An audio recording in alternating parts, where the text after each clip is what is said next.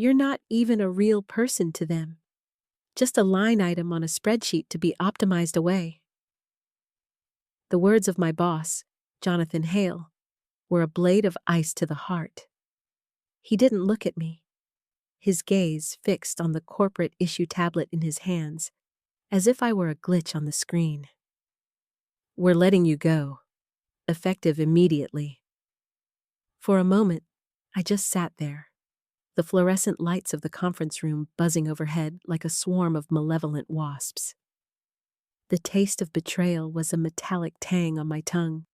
My mind screamed, replaying a single frantic loop, the last 20 hours.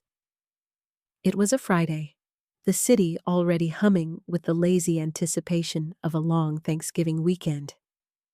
But inside the glass-walled fortress of Nexus Dynamics, a different kind of sound was rising, the shrill, terrified wail of a system-wide failure. The client database was a frozen wasteland. The transaction logs had vanished, and the entire network was a digital house of cards, ready to collapse. Panic was a tangible thing, a stench in the air. The senior architects, the ones who had been promoted for their vision and leadership, ran around like chickens with their heads cut off. I heard our lead architect Luke on the phone, his voice a frantic whisper. "I can't be here, man. My flight is in an hour. This is a mess, but it's not my mess, you hear me?" He hissed into the receiver before slamming the phone down and snatching his jacket. He passed my desk, barely sparing me a glance. "Hope you figure this out, Eliza." He didn't know I already had. I had been watching the system for weeks, finding the tiny, insidious vulnerabilities he had left behind, the ticking time bombs in his groundbreaking code. While the office emptied, I stayed. Alone. For 20 straight hours, I was a surgeon in the dark, my fingers flying across the keyboard, reconstructing what he had broken, mending what he had ignored. I ran on nothing but stale, bitter coffee and a burning, singular focus. By 3 a.m., with the city blanketed in silence, I had single-handedly resurrected the company from its own ashes. I stumbled home, slept for a pathetic 3 hours, and returned to a different kind of hell. Luke, the coward who had bailed, was a goddamn hero. I walked past his cubicle just as he was holding court. "Yeah, man, it was a close one," he said, puffing out his chest to a group of fawning juniors. "Had to work through the night to pull it off. You know me, a team player, a true crisis manager." My blood went cold. I wanted to march over, to expose him for the fraud he was. But I was the ghost. I was the one who never spoke, never took credit. My silence was my curse, a cage I had built for myself. So I just went to my desk and sat down. That's when Jonathan Hale's email landed. A sterile, one-sentence meeting request. My heart, still racing from the adrenaline of my all-nighter, plummeted. And now, sitting here, facing him across a polished mahogany table, the truth of his words hit me with the force of a train. "You're a great engineer, Eliza. A very good one, in fact," he said, the words as hollow as a drum. "But you're not visible. You don't build rapport. You're quiet, and to be honest, you just don't create any buzz." He finally looked up, his eyes a cold, dismissive blue. "We're an A-list team, Eliza, and you're not an A-list player. It's a matter of optimization. Your position is being eliminated." My hands clenched into fists, my nails digging into my palms. I could feel the hot, corrosive fury rising in my throat. I wanted to scream at him, "A-list! I am the only list! While your so-called A-list was cowering in their homes, I was here, saving this entire operation. I am the one who single-handedly put the company back together." But I didn't. Instead, I stood up slowly, the silence in the room deafening. The rage solidified into a cold, hard stone in my core. I was a ghost. They had used my silence, my competence, and my invisibility to their advantage, and now they were discarding me like a used piece of code. But this ghost would not vanish quietly. "One more thing, Ms. Hale," I said, my voice dangerously calm. "Don't bother deactivating my network privileges.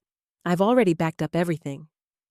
He frowned, finally showing a flicker of concern. "What are you talking about?" I didn't answer. I just walked out, a smile of icy resolve on my face.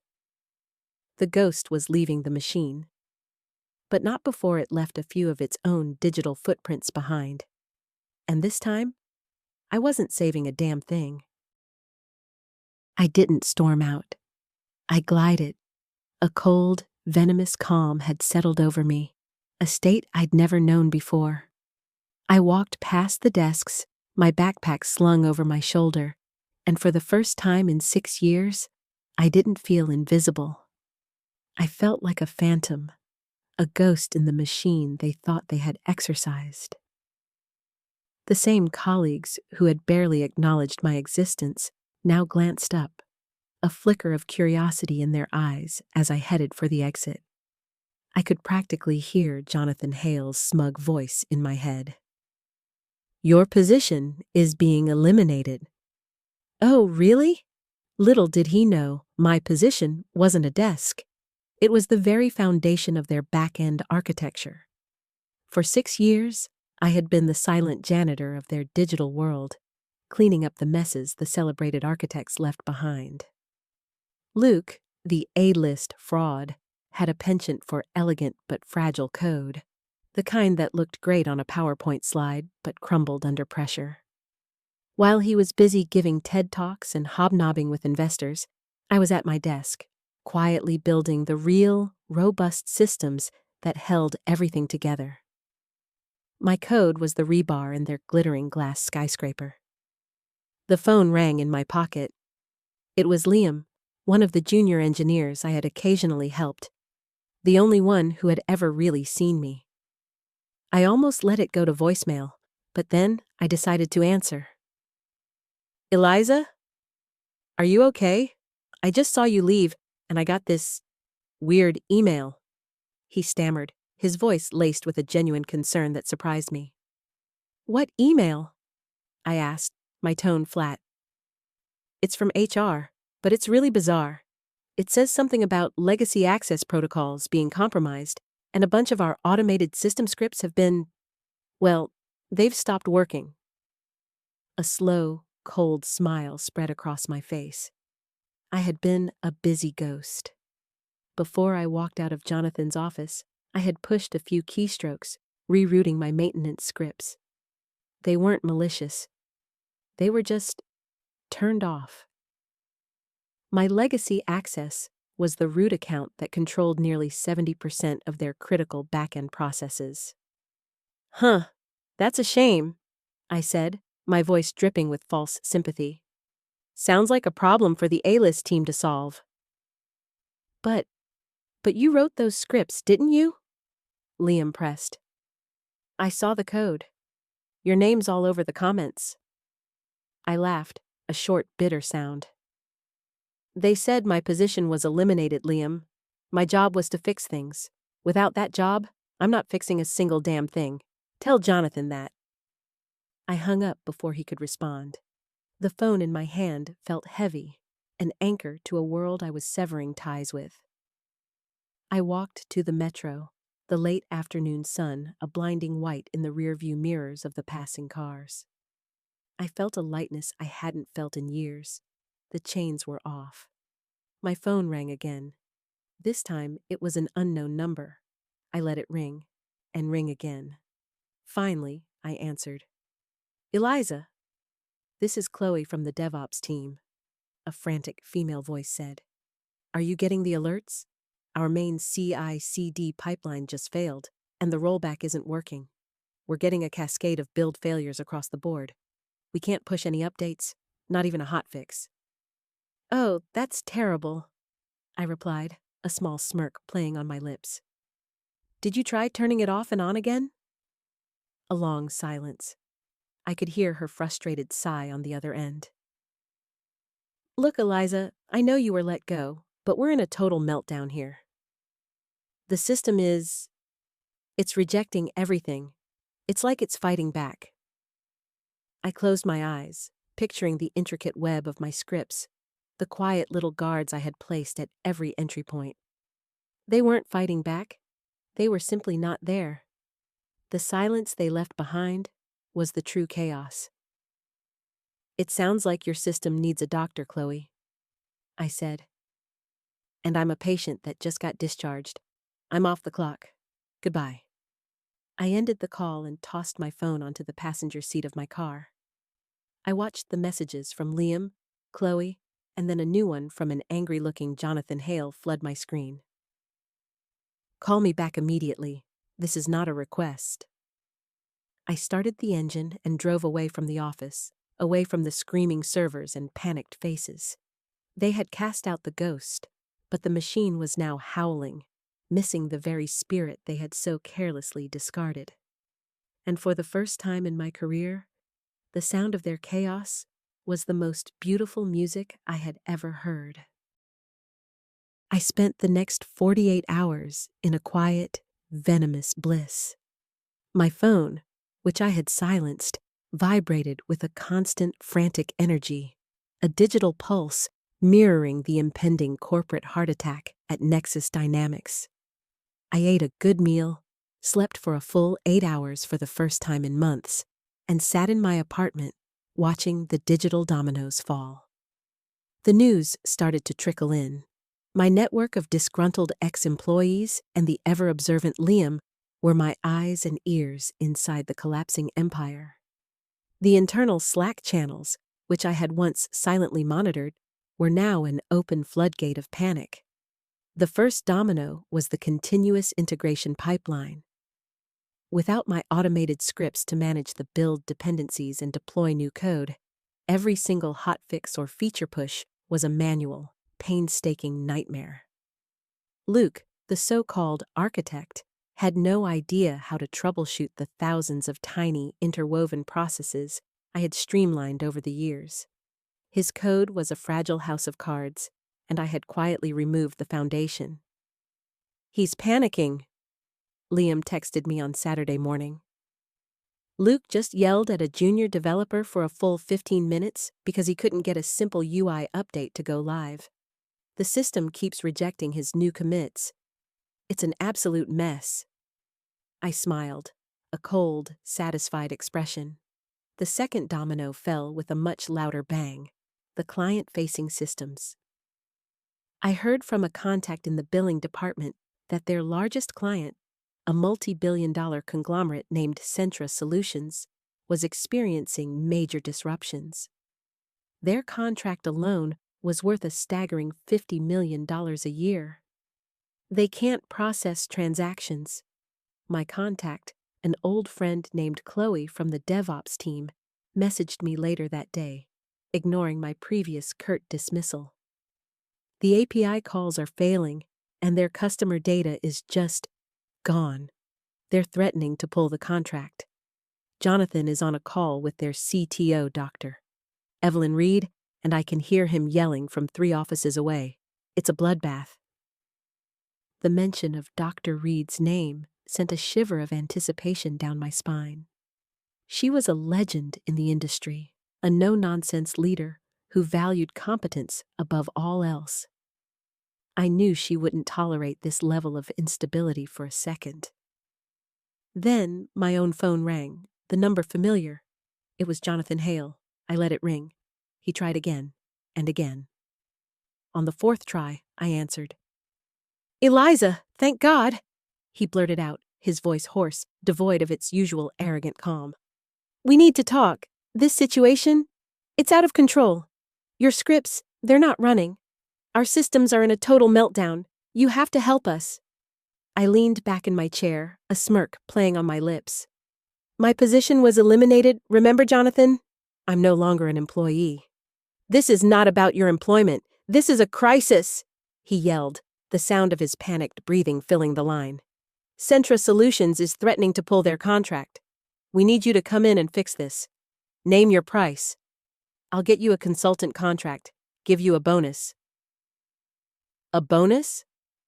I cut him off, a sharp, disbelieving laugh escaping my lips. The same company that said I had no buzz and was unlist worthy now wants to pay me to clean up their mess? The same company that fired me the day after I single-handedly saved your entire operation? That was a mistake, a misunderstanding. We'll rectify it, I promise you, he pleaded, his voice now a desperate whisper. Just tell me what it takes to get you back here. My smile hardened. It takes more than money, Jonathan. It takes an apology. Not for me, but for the countless others you've used and discarded. For the fact that you promote the loudest, most incompetent people and bury the ones who actually do the work. He was silent on the other end, his pride fighting with his desperation. I knew which would win. I can't believe you're holding a grudge over this, he finally said, the arrogance creeping back in. It's not a grudge, I corrected him, my voice a quiet, deadly calm. It's vindication. The machine is screaming, Jonathan. Can you hear it? That's the sound of your A-list team failing, and I am not coming back to save you. I hung up, the silence that followed a sweet final victory. The following Monday, the implosion became public knowledge. A scathing article from a tech journalist, Isabella Scott, appeared on every major industry news site. The headline was a gut punch. Nexus Dynamics, a tower built on sand? Largest client threatens to leave after system-wide implosion. Isabella's report was brutal and accurate. She detailed the unexplained system failures, the paralyzed development teams, and the massive financial losses. The article quoted an unnamed source who spoke of a culture of promoting loudmouthed showmen over competent engineers. I wondered if Liam was talking, or perhaps Chloe. A small sense of pride swelled in my chest. Finally, the truth was out. The ghost in the machine was making its presence felt. My phone, a source of torment and vindication over the last few days, rang with a number I didn't recognize. A different area code, a different city. My heart quickened. I took a deep breath and answered. Eliza Thorne? A crisp, authoritative voice said. It was a woman, and her tone was one of efficiency and power. This is Dr. Evelyn Reed, CTO of Centra Solutions. My blood went cold. This was the woman Jonathan had been pleading with. The legend herself. I held my breath, bracing for a lecture about my role in the chaos. I'm sure you've heard about the difficulties we've been having with Nexus Dynamics, she continued, her voice betraying not a hint of emotion. For the last 72 hours, their systems have been utterly useless.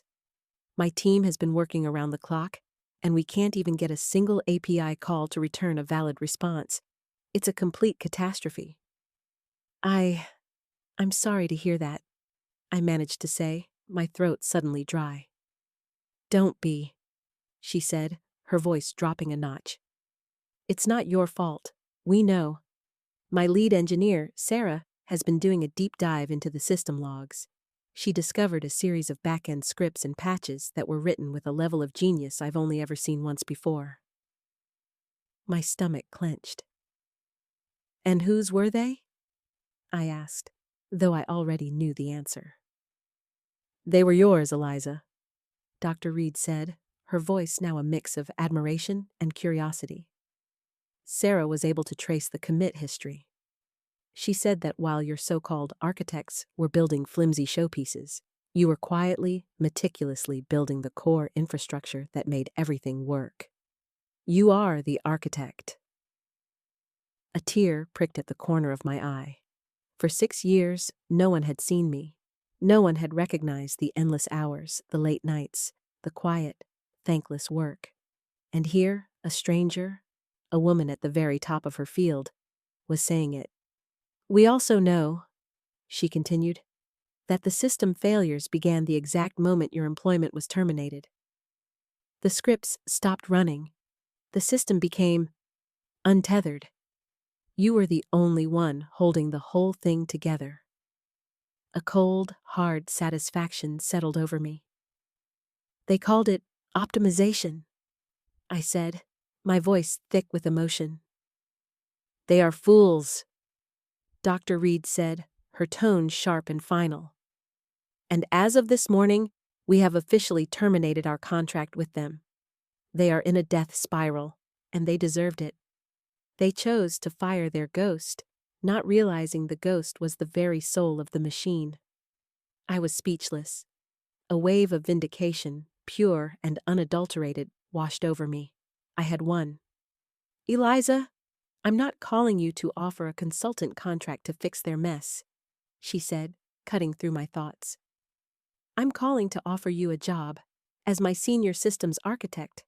My lead engineer tells me you're the only person she's ever wanted to work for. I bit back a gasp. Dr. Reed, Here's the offer, she said, her voice firm. We'll double your previous salary with a signing bonus of $150,000 and a promise. Here at Centra Solutions, we value silence and competence more than buzz and charisma. We reward the person who actually does the work. What do you say? My mind raced. Double my salary? The signing bonus? The chance to work with a team that actually saw me, valued me? It was the kind of offer that could change my life. I smiled, a genuine, confident smile for the first time in days. I have a better idea, Doctor. Reed, you said you value competence? I want to work for you. I want to build a system from the ground up, one that can never be broken by frauds and charlatans. But I'm not coming in for a consultation. You want me? You need to pay for my services, not just my time. I want you to make me a counteroffer. A counteroffer? Dr. Evelyn Reed's voice was a low hum of surprise on the other end of the line. Most people would have jumped at that. You're a bold one, Eliza. Boldness isn't what got me this far, Doctor. Competence did, I replied, my confidence growing with every word. And I'm a good judge of character. You said you value competence. I'm testing you. An A-list team doesn't just hire A-list players, it builds them. You want me to lead your systems architecture? Then treat me like a partner, not a bandage for your wound. There was a long silence, a pregnant pause where I could almost feel her weighing my words. A lesser person would have hung up, offended. But Dr. Reed was not a lesser person. I like the way you think, Eliza Thorne, she finally said, her voice tinged with a new respect. All right, here's my counteroffer. I'll match your previous salary at Nexus Dynamics for now, with a clause that it will be reviewed for a significant raise in 6 months. But I will also give you a 5% stake in the Centra Solutions subsidiary that you will be helping to build. That's not a one-time bonus, Eliza. That's a share of the future and a promise. I will give you complete creative control. You will answer only to me. What do you say? My breath hitched in my throat. A 5% stake? This wasn't just a job offer. It was a partnership. It was everything Jonathan Hale had ever denied me. It was a chance to build something from the ground up, with the freedom and power to do it my way. You've got a deal, Doctor. Reed, I said, a wave of profound relief washing over me. When do I start? Tomorrow morning. I'll have the contract ready for you when you get here. We have a lot of work to do. I hung up, my hand shaking slightly. I was a professional now, not a ghost. I had just negotiated a deal that would make me a very wealthy woman, all while still in my pajamas, sitting in my living room. This was the moment I had been working towards my entire life. The next morning, I arrived at the Centra Solutions headquarters, a sleek, modern building that stood as a stark contrast to the chaotic, labyrinthine offices of Nexus Dynamics. As I stepped out of the elevator on the top floor, a woman with warm eyes and a firm handshake greeted me. You must be Eliza. I'm Sarah. she said, her smile genuine. I'm the lead engineer, Dr. Reed mentioned. It's an honor to finally meet you. The honor is all mine, I replied, a little taken aback by her sincerity. I read your code at Nexus. You're a genius. I wouldn't be here without your diligence. She chuckled. Oh no, you were just a legend to us, the mythical ghost who held the place together. We were all trying to figure out who you were. Just then, Dr. Reed emerged from her office. She was even more imposing in person, a force of nature in a sharp business suit. Eliza, welcome, she said, her voice still a no-nonsense hum. Come on in. We have a contract to sign and an empire to rebuild. As I sat down in her office, signing my name on the contract that would change my life forever, I thought of Jonathan Hale and his arrogant smirk. I thought of Luke, the fraud who had taken credit for my work. They had tried to bury me, but they didn't realize that in burying me, they had planted a seed. And now, that seed was about to blossom into something far bigger, stronger, and more powerful than anything they could have ever imagined. The ghost had a new machine to haunt, a better one. For the next 6 months, I was the ghost again, but this time, it was by choice. My world narrowed to a laser-like focus on Centra Solutions' new project. Dr. Reed's vision was ambitious, a next-generation platform that would not only replace their old system, but revolutionize their entire industry. She called it Project Phoenix, a fitting name for a platform meant to rise from the ashes of Nexus Dynamics' failure. I spent my days and nights in a quiet office on the 20th floor, the city skyline a silent backdrop to my work. I was not alone.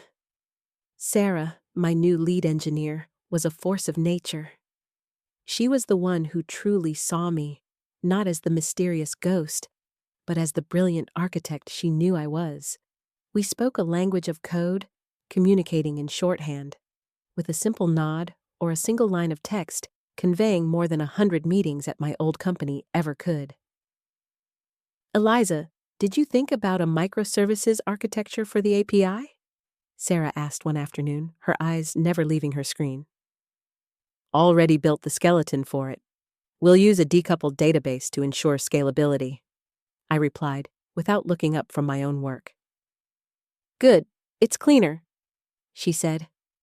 That was it. No pointless meetings, no synergy sessions, no forced small talk. Just two people, driven by a shared purpose, building something real. I also discovered that Dr. Reed was true to her word. She gave me complete creative control. I could build the system my way, with redundancy, with robust error handling, and with a clean, simple architecture that didn't rely on luck or ego. I built a system that was fundamentally sound, a fortress designed to withstand any kind of attack or failure. News from the outside world still reached me. The implosion at Nexus Dynamics was a slow, painful spectacle. The stock price was in free fall. Jonathan Hale was publicly grilled in the media for his disastrous leadership. The same tech journalists who had once celebrated him were now writing articles with titles like "The Arrogance That Broke an Empire." The stories from employees, both old and new, painted a picture of a company in utter chaos. The A-list team was splintering, with senior developers leaving in droves, unable to fix the foundational issues I had left behind. Then, one day, I got a text from an anonymous number. It was a screenshot of a Slack message from Jonathan Hale to his remaining employees. We have a new initiative, Project Reconnect. We will be attempting to reverse engineer and restore the old back-end protocols. It's our last chance to win back our clients and our reputation. My lips curled into a silent, venomous smile. Reconnect? They couldn't even get their own system to run, and now they were trying to understand mine, a system I had built over 6 years of silent, thankless work. It was an impossibility. My code wasn't something they could simply reverse engineer. It was a part of me. I looked at the sleek, powerful system I was building with Sarah, a project that was 90% complete and flawless. I thought of my stock options, the sheer magnitude of the wealth I was creating. I thought of the vindication, the sweet, quiet revenge. They had discarded me, the ghost. But I had taken the most important thing with me, the soul of the machine. And now, I was building a new, better one. It was a gray, unwelcoming morning in New York City. The kind of day when the sky seemed to press down on the streets, and every corner glistened with the reflection of endless rain. The drizzle had turned into a steady downpour, tapping against the glass of my apartment window like an impatient messenger. Outside, umbrellas bobbed like restless shadows, while cabs splashed through the puddles, their horns muffled by the storm. It was on this bleak canvas that the news broke, loud, sudden, and inescapable. Every television screen in Times Square blared the same headline. Every push notification on my phone screamed the same words. Isabella Scott, the tech journalist infamous for her precision strikes against Silicon Valley giants, had dropped yet another bombshell. Nexus Dynamics CEO Jonathan Hale resigns amidst mounting system failures and client exodus. The photo that accompanied it was devastating in its clarity. Jonathan Hale, once the self-anointed golden boy of the tech world, slumped in his tailored suit, shoulders caved, his trademark smirk dissolved into a hollow, haunted mask. His eyes, once so quick to gleam with arrogance, now looked as though they belonged to a man staring into an abyss with no way back. I read the headline twice, then a third time. Strangely, I felt nothing. No triumphant rush, no sense of revenge fulfilled, no joy in the spectacle of his downfall. Just a heavy stillness, like watching the final act of a tragedy you'd seen coming long before the curtain even rose. This was not my victory. It was simply the inevitable. Jonathan had always been a fraud, and the world had finally, belatedly, caught on. My phone, which had sat in silence for weeks, ever since I cut myself off from the crumbling wreckage that Nexus Dynamics had become, suddenly lit up with messages. The first was from Liam, once my reluctant ally inside those suffocating walls. "He's gone, Eliza. Jonathan resigned. The board is scrambling, but it's too late. The place is a ghost town. Everyone's bailing." I stared at the words, unmoved. A ghost town? That phrase felt right. Nexus was no longer a company. It was a carcass, and the vultures had already begun their feast. Then another message buzzed through, this time from an unfamiliar number. I opened it. "It's Luke. Please, Eliza. We need help. I know you're the one who can fix this. Just tell us what to do." For a moment, I simply laughed, a sharp, bitter sound that startled even me in the quiet of the room. Luke, the so-called architect, the man who had so proudly paraded around with titles and credit that were never his to claim, was now begging me for guidance. The irony was exquisite, almost too much to savor all at once. I didn't bother replying. Let them swim in the ruins they had built. They had turned their backs on me. Now they could face the void alone, because my mind was already elsewhere. Project Phoenix, the code, the future. We were mere weeks from launch, and every line of architecture sang with precision and strength. My 5% stake in the new subsidiary was already valued beyond anything my old 401k could have dreamed of. But this wasn't about the numbers. It never had been. It was about the principle, the simple truth that competence outlasts charisma. In the end, substance triumphs over spectacle. Jonathan had built his empire on smoke and mirrors. I was building mine on steel. The phone rang again, slicing through my thoughts. This time the number was all too familiar. I froze, thumb hovering over the screen. Months had passed since I'd last seen it flash. Against my better judgment, I answered. Hello? There was a pause, followed by a voice I barely recognized. Weak, fragile, stripped of its once booming arrogance. Eliza, it's Jonathan. I inhaled sharply but kept my tone steady. What do you want, Jonathan? Please, he whispered, his words raw and ragged, as though he'd been rehearsing desperation.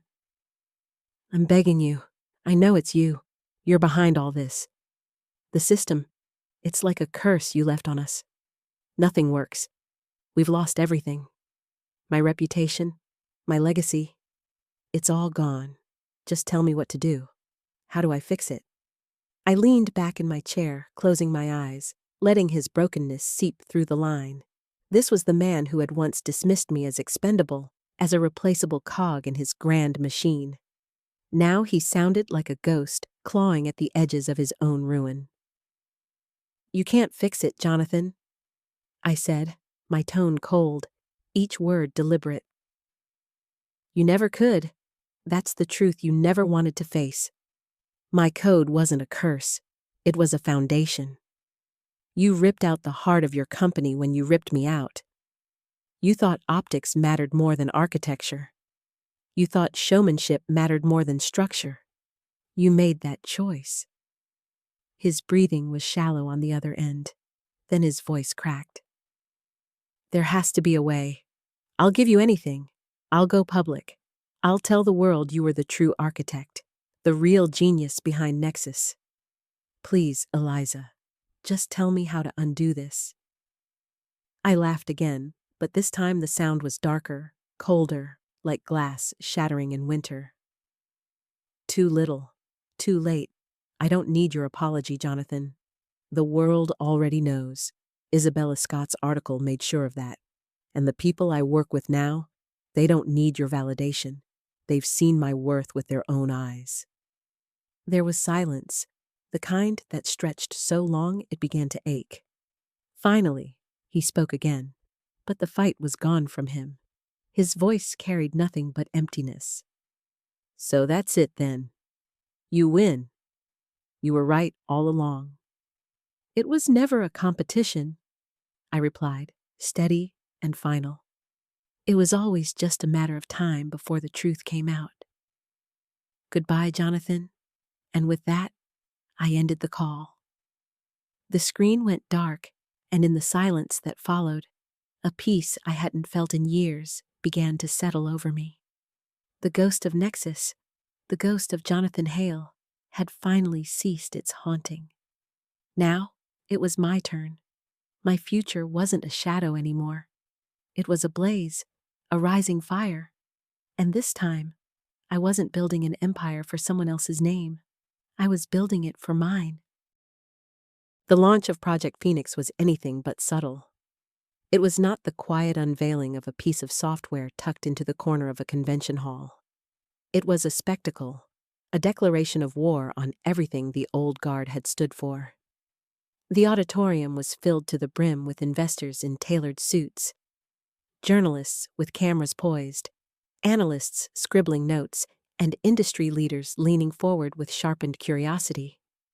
The stage itself was bathed in a cool, white glow, sleek and minimal, every detail designed to convey strength and precision.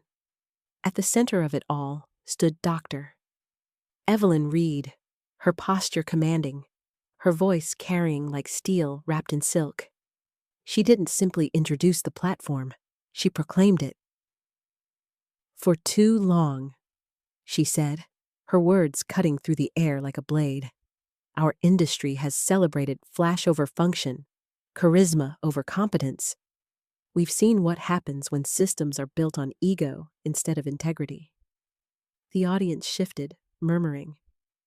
Everyone in that room knew exactly whom she was referring to.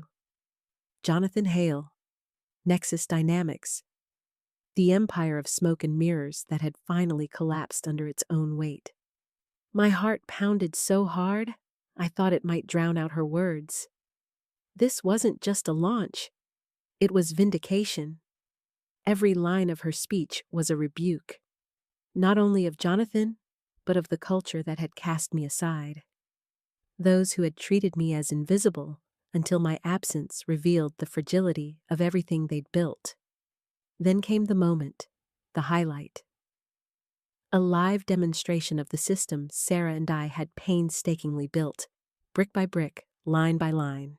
The platform began processing transactions, millions of them, each one verified, secured, and logged with breathtaking speed. No alarms, no hiccups, no clumsy crashes patched over with excuses. Just smooth, unshakable performance. The room fell silent. In tech, silence is the loudest applause of all. It was the silence of awe. When the demonstration concluded, thunderous clapping erupted, a storm of approval that echoed off the steel and glass of the auditorium. And then Evelyn did something I had not anticipated. She raised her hand for quiet, and when the room obeyed, she looked not at them, but at me. "I would like to introduce the true architect of this platform," she said, her voice reverent but unflinching, her gaze locked on mine. "The one who took my vision and turned it into reality. The one whose work transformed an idea into the most stable, secure data management system ever built. She is the ghost in the machine who made it all possible." My stomach dropped. Heat flooded my cheeks. I hadn't prepared for this. Sarah's hand pressed gently against my arm, her smile warm and knowing. "Go on, Eliza," she whispered. "This is your moment." I stood, legs trembling, and walked toward the stage. The lights were blinding, the applause swelling again, but this time for me. I stepped beside Evelyn, feeling exposed and yet strangely unafraid. For the first time, the eyes upon me were not dismissive. They were filled with something I had never seen before in this industry: respect. I scanned the crowd, and in that sea of faces, I recognized a few from Nexus Dynamics. People who had once ignored me, silenced me, or nodded along as Jonathan claimed credit for my work. Now their expressions were stunned, some even ashamed. I saw Isabella Scott, pen racing furiously across her notebook, already crafting the next headline. And in that moment, I felt the ghosts of my old life stirring. The late nights, the quiet tears shed in bathrooms after meetings where I'd been erased. The countless hours of labor poured into a foundation others had stolen. Those ghosts no longer haunted me. They bowed before me. "Ladies and gentlemen," Evelyn announced, her hand gesturing toward me. "This is Eliza Thorne, our senior systems architect, and now, with her 5% stake in this subsidiary, a co-owner in our future." The applause roared like a tidal wave, crashing against me from every direction. My hands, the same hands that had once trembled as they wrote code in the shadows, now trembled for a different reason. I wasn't invisible anymore. I was no longer the ghost. I was the architect, the builder, the force. That night, in a smaller, quieter celebration with Evelyn and Sarah, champagne glasses clinked softly in a dimly lit lounge overlooking the city. Laughter filled the air, light and unburdened. For the first time in years, I allowed myself to breathe deeply, to believe in the permanence of this moment. Then my phone buzzed. A single notification, an email, the kind of corporate, formal message that once dictated the course of my life. My eyes froze on the sender. Everett Lane, the CEO of Nexus Dynamics, the man who had installed Jonathan Hale, who had overseen the empire that tried to erase me, the man whose company was now unraveling, its reputation in tatters. My pulse quickened, not out of fear this time, but something sharper, anticipation. I opened it. Just one sentence stared back at me. I would like to offer you the role of Chief Technology Officer. Name your price. I laughed softly, the sound startling even me. The audacity, the sheer desperation. They had fired me, buried my name, reduced me to nothing. And now, in their collapse, they wanted me to be their savior. I set the phone down, looking at the golden bubbles rising in my champagne glass, at Sarah's laughter, at Evelyn's calm, satisfied smile. For the first time, I understood what it meant to hold true power. Not the performative kind Jonathan Hale had flaunted, but the kind that couldn't be taken away because it was earned, line by line, brick by brick. I didn't need Nexus anymore, and they finally knew it. The email from Everett Lane, CEO of Nexus Dynamics, sat on my phone screen like a coiled snake, waiting to strike. I would like to offer you the role of Chief Technology Officer. Name your price. For a long moment, I simply stared at it. The audacity was breathtaking. This was the same man who had once signed the papers that ended my career at Nexus, dismissing me as a liability, a disposable cog. They had humiliated me, erased my name, written me off as unworthy, and now that the empire was burning to ash, they were crawling back, desperate for the very architect they had discarded. A smile crept across my face, slow and sharp. Not the bitter smile of someone still carrying old wounds, but the amused, knowing grin of someone who had already won. I turned my phone toward Dr. Evelyn Reed and Sarah.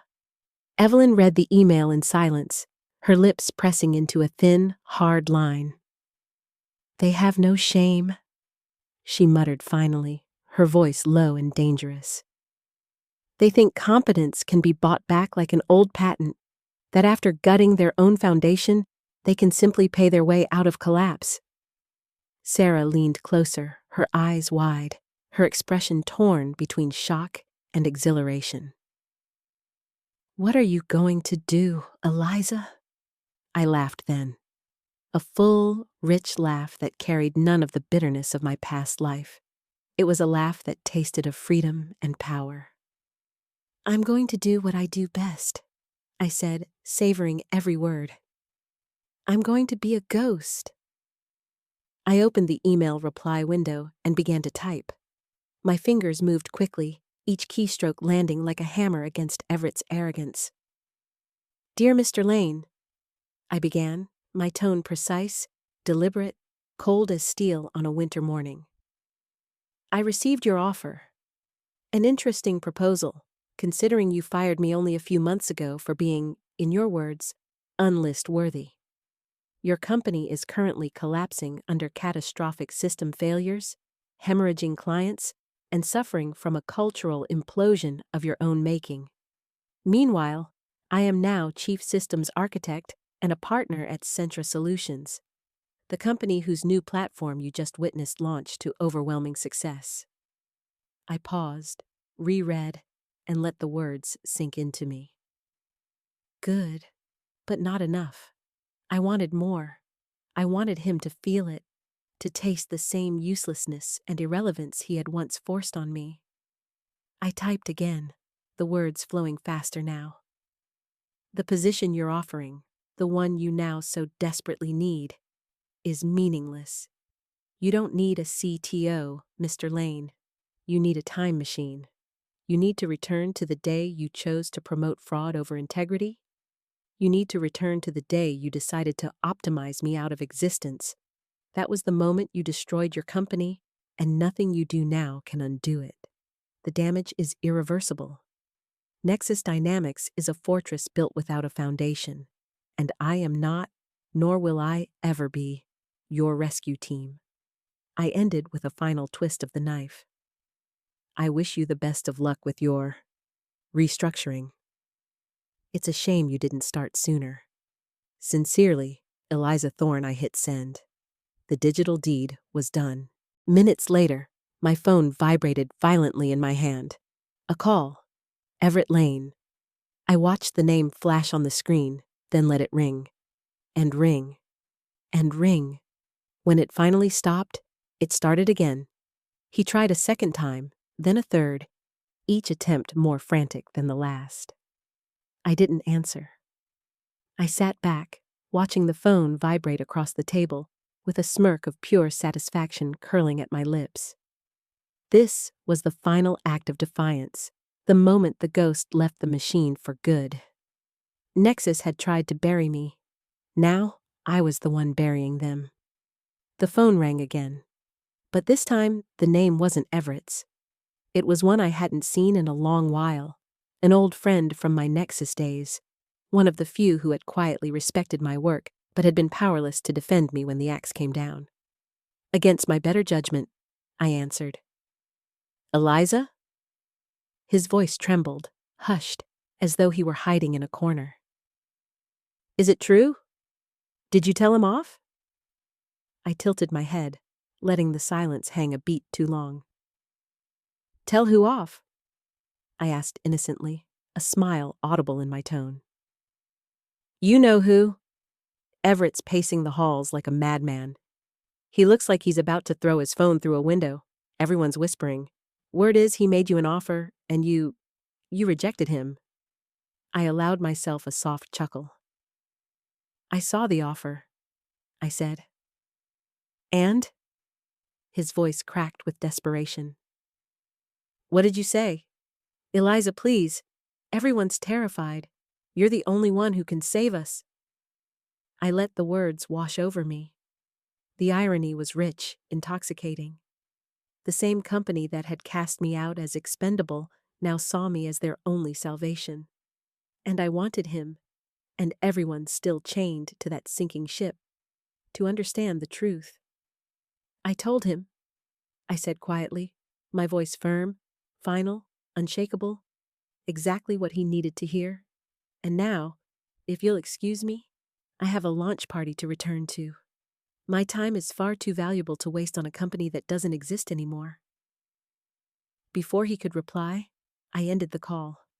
I slipped the phone face down on the table, lifted my champagne glass, and joined in the laughter of my new team. The music swelled. The city lights shimmered beyond the window, and for the first time in my life, I wasn't haunted. The ghost had spoken its last words, and the world had finally listened. My life had undergone a transformation so profound that at times I barely recognized the person I had once been. The quiet, invisible engineer who used to sit tucked away in a forgotten corner cubicle, unnoticed by managers and overlooked by colleagues, had become something else entirely, a recognized leader in the tech world. At Centra Solutions, my work was no longer just code on a screen or late nights lost to algorithms. It was a mission, a calling. With Sarah by my side, we assembled a team unlike any other. There were no inflated egos, no self-appointed visionaries, no hollow speeches meant only to impress investors.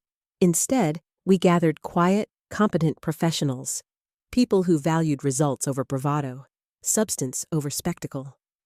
Together, we became the anti-Nexus, a team defined not by how loudly we spoke, but by the solidity of what we built. Professional success came swiftly and with undeniable weight, but it was the personal transformation that surprised me the most. The bitter anger I had carried for years, the simmering rage that had driven me through sleepless nights, began to dissipate. In its place grew something steadier, something far stronger, a quiet contentment.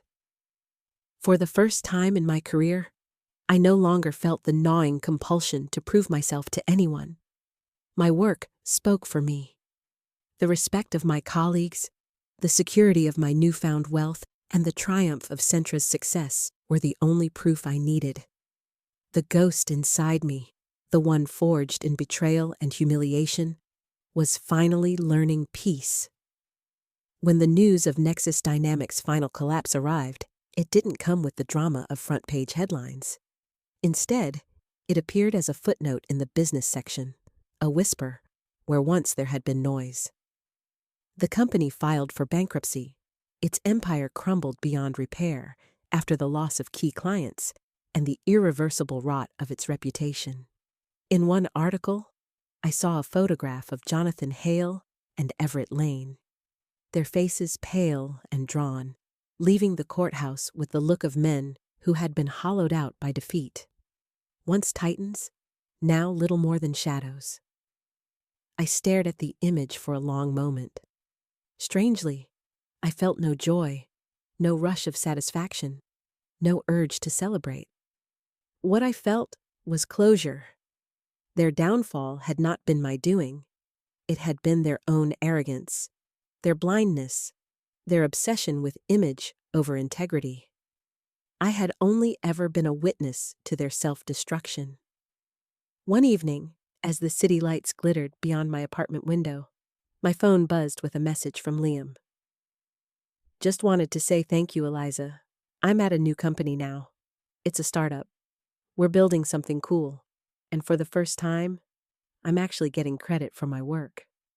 I smiled softly, typing back, "I'm glad to hear it, Liam. Build it with integrity." It was a small exchange, but it felt like a thread finally tied off, a piece of the past folded neatly into its place. The last act of letting go came a few weeks later. I was cleaning out my old storage unit, dust thick in the air, cardboard boxes stacked like relics of a life I no longer lived. At the bottom of one box, I found it, a simple USB drive, the one Jonah had given me years ago. On it lived the backup of all my old code from Nexus Dynamics, the system I had built, nurtured, and saved, only for them to discard me without a second thought. That drive was the physical embodiment of everything I had once been. The late nights, the victories no one credited me for, the silent genius they had tried to erase. I held it for a long time, memories rushing back like waves. The night I had saved the company from collapse, the sting of being fired as if I were nothing, the fire of betrayal, and later, the cool satisfaction of vindication. Every emotion was etched into that little piece of metal and plastic. But then I thought of the world I had now, Centra Solutions, a thriving company built on respect and vision, colleagues who valued me, Sarah, steadfast and loyal, Evelyn, a leader who recognized my worth, and above all, the peace I finally felt in my own skin. The code on that drive was part of me, yes, but it was no longer my future. It was only a monument to where I had been, not where I was going. With a deep, steady breath, I opened the trash bin beside me. I turned the USB drive over once in my hand, almost as if saying goodbye to a ghost, then let it fall. The sound was small, almost insignificant, but to me, it was the loudest declaration of freedom I had ever heard. The ghost had finally, officially rested. After listening to Eliza's story, there are a few things we can take away for ourselves. Never underestimate your worth just because you're a quiet person.